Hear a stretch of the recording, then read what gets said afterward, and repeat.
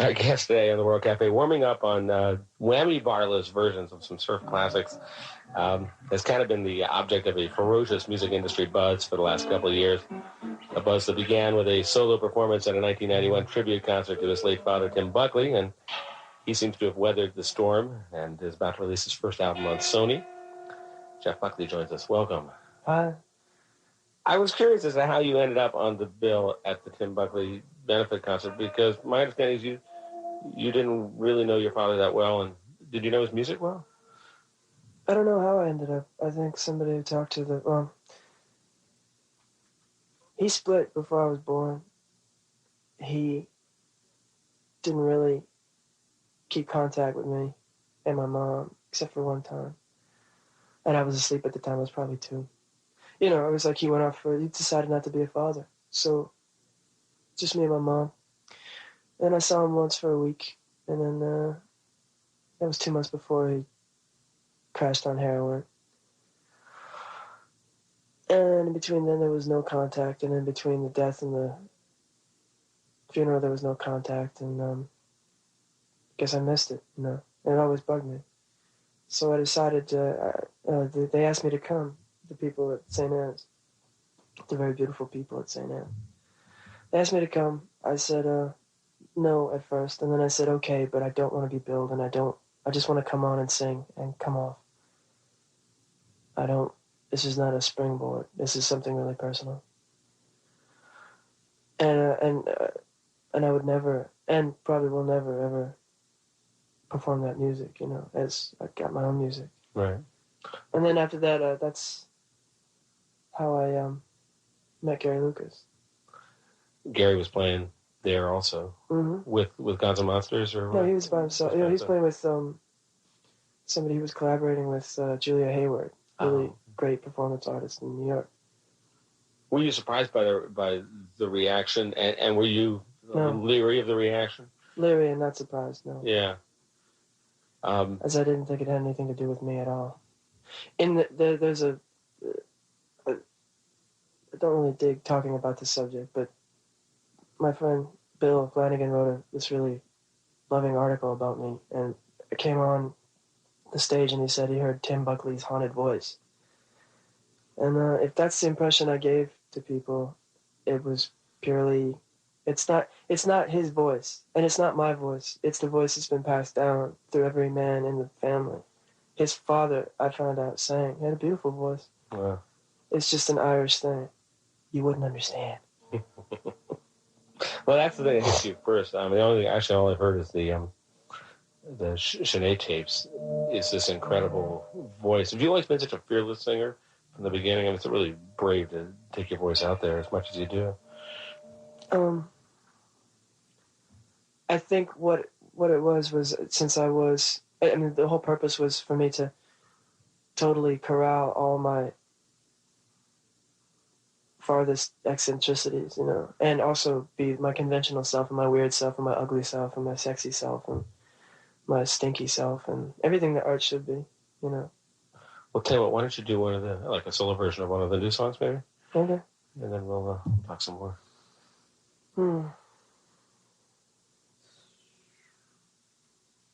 What's that? What is that song? It's called Grace. Me and Gary wrote that. Oh. I'm interested in what vocalists you listen to. I heard you're a Nusrat Fateh Ali Khan fan. Nusrat Fateh Ali. He's awesome. We were just listening to him on the way up. He's my Elvis. All kinds of people I fell in love with, you know. Fell in love with Billie Holiday. But I'm usually totally out of step. Like, usually it's like a crowd of people dig something at one time, and I'm into it way before or completely after, when it's totally not cool. Right. You know, I'm always completely out of step. It's really pathetic. And, music has to happen to people in a moment, you know, and then it gets in the bloodstream. You need it physically. You need that discovery, too, on your own. Yeah, which is why videos I'm not making a video for this album. Mm-hmm. I'm not making it because I love visuals, and I will do something visual. I mean, I'm totally in love with them, but they're commercials for the album, and I wouldn't want that to be the object. Everybody stay away from the television. Just get a book. turn on the radio. Now, along those lines, you had all these people coming to see you in New York, kind of waving money at you. I guess you kind of resisted until you felt right about it. I guess was that? I mean, there's a lot of questions about what's going on there that you probably had to answer for yourself. Was it difficult to pick Sony? No.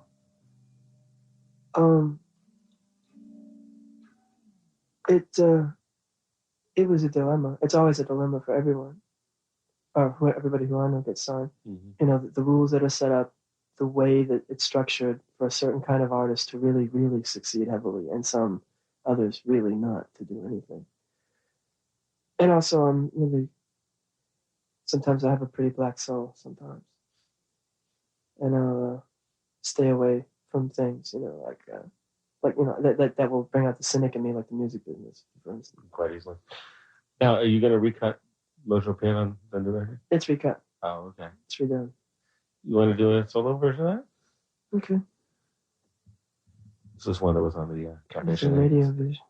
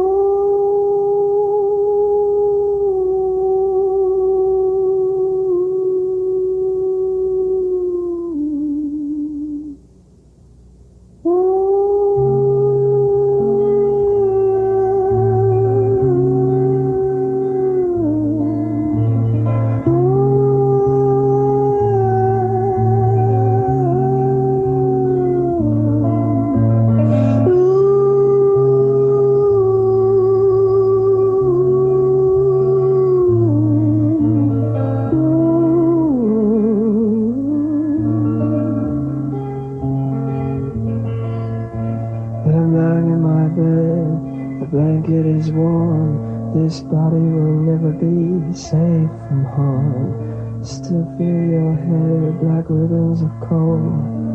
Touch my skin to keep me whole.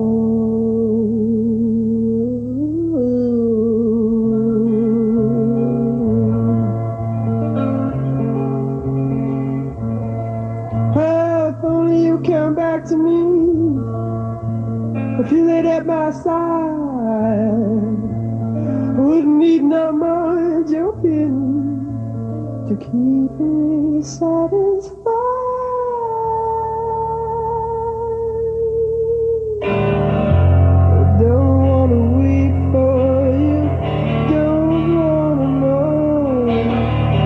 I'm blind and tortured, the white horses flow. The memories fire, the rhythms fall slow.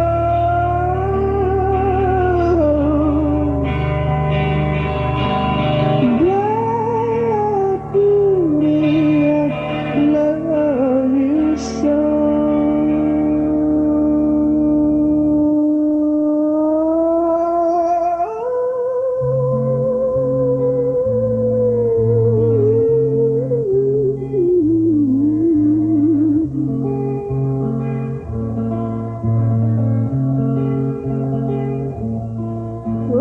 Precious, precious silver and gold, and pearls and oysters flesh. Drop down we two to serve and pray to love. Born again from the rhythm, screaming down from heaven. Ageless, ageless.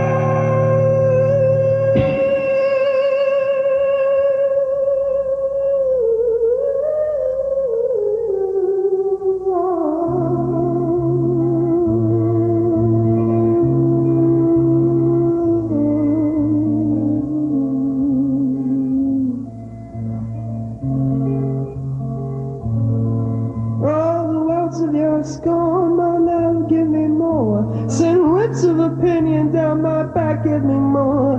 When it's you I've waited my life to see. It's you I've searched so hard for.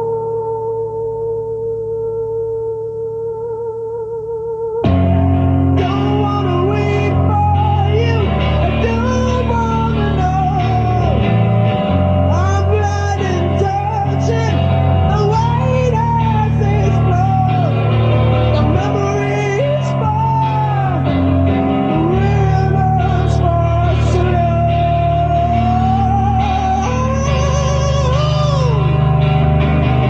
Night beauty, I love you so.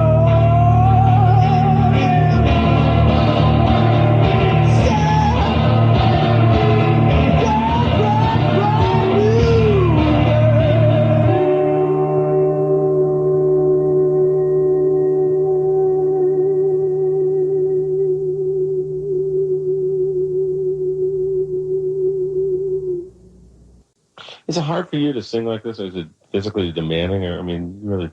It's emotionally demanding. Yeah. It's everything. Everything's connected, and yeah, it's hard sometimes, but some things are really easy. Just depends on what you feel. Is it hard to get to a place where you can get inside these songs every time you do it? I mean, here we are, you know, it's kind of a bland room, and I'm here and nothing else. I don't know. I mean, you can tell somebody I love you anywhere, really. But it's probably from learning from just by doing like what the difference between a real distraction and what you don't have to worry about. Real distractions are internal, really. You could drive, cattle by my stage and I wouldn't know it. Mm-hmm. Some people do. What was it like doing these songs originally for people who didn't know them in New York when you were singing in clubs? Anything from completely indifferent to hateful to, liking them. Yeah. To saying that they heard it in their head. You want to do another new one? Sure.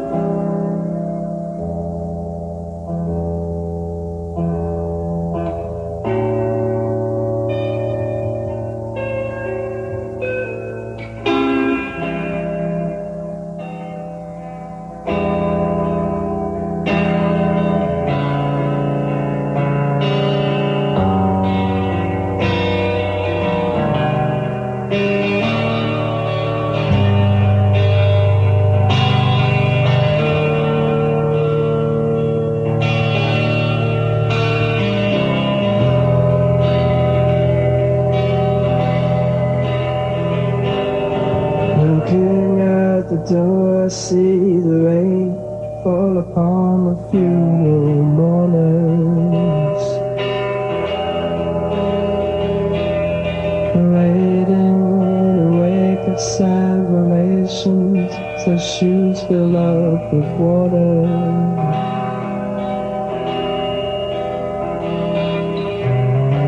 Well, maybe I'm too young to keep good love from going wrong, but tonight you're my mind, so you never know. I'm broken down and hungry for your love, with no way to feed it.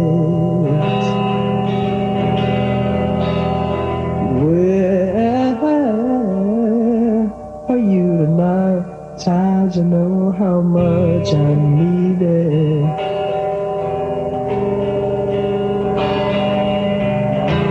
I'm too young to hold on, too old to just break free and run. But sometimes a man gets carried away when it feels like it should be having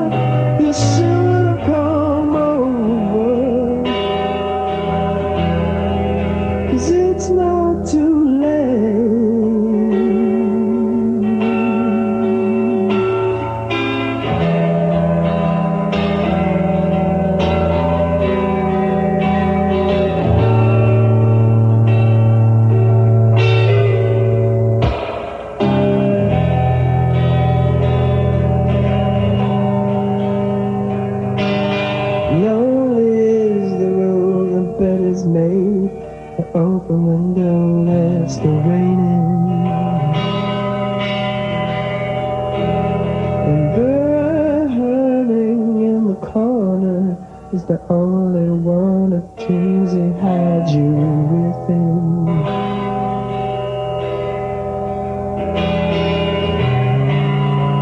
My body turns and yearns for a sleep that won't ever come. It's never over. My kingdom for a kiss upon her shoulder.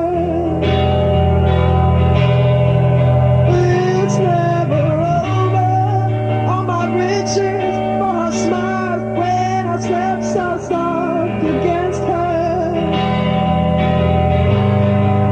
It's never over. All my blood for the sweetness of her laughter. It's never over. She is the tear that hangs inside my soul forever.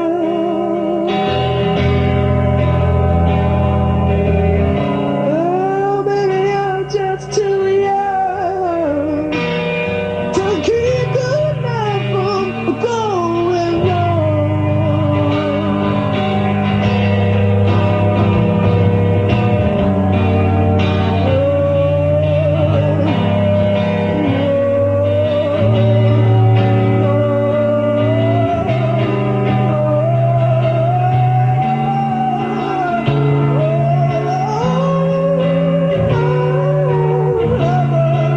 You should have come over.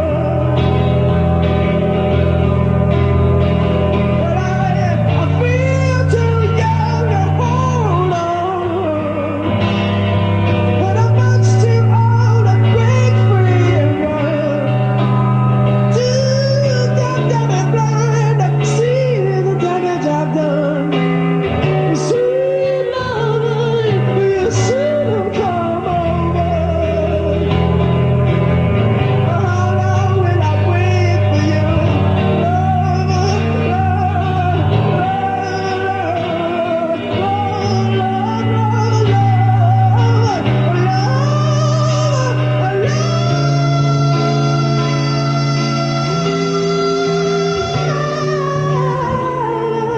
You should have come over. 'Cause it's not too late.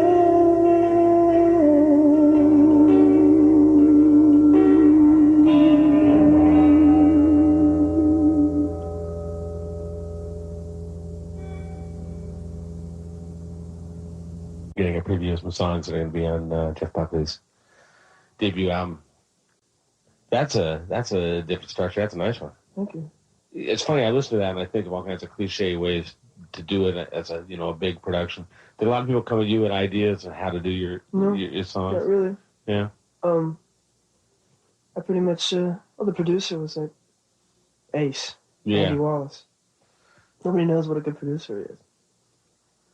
And well, I'll know soon enough. But no, I mean, I pretty much had visions, and other people had, like he had not a vision so much, but he had quality control happening in his head and Yeah. focus, and wanted me to channel like the essence of what I wanted. And so he had ideas, and actually that one was a sleeper. Nobody liked that song. Really? Mm-hmm. Oh. But now everybody likes it. Well, thanks a lot for coming by. All right, well, thank you. Appreciate it. Look for it. Come back with the band, okay? Right in this room. We will do it. Absolutely. Yeah.